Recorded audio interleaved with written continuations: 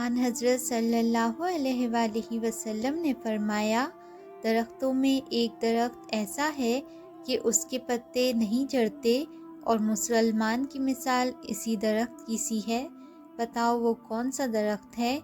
یہ سن کر لوگوں کا خیال جنگل کے درختوں کی طرف دوڑا۔ عبداللہ رضی اللہ عنہ نے کہا، میرے دل میں آیا کہ وہ کھجور کا درخت ہے، مگر میں اپنی کمسنی کی شرم سے نہ بولا۔ آخر صحابہ نے آن حضرت صلی اللہ علیہ وآلہ وسلم ہی سے پوچھا کہ وہ کون سا درخت ہے؟ آپ نے فرمایا وہ کھجور کا درخت ہے۔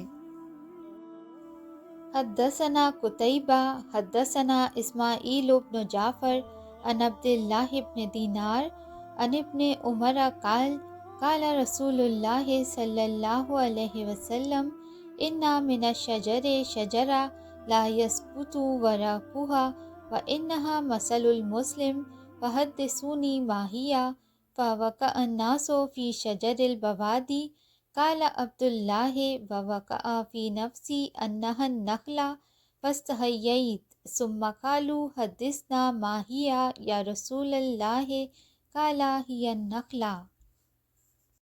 Narrated Ibn Umar, Allah's Apostle said, amongst the trees there is a tree, the leaves of which do not fall, and is like a Muslim. Tell me the name of that tree.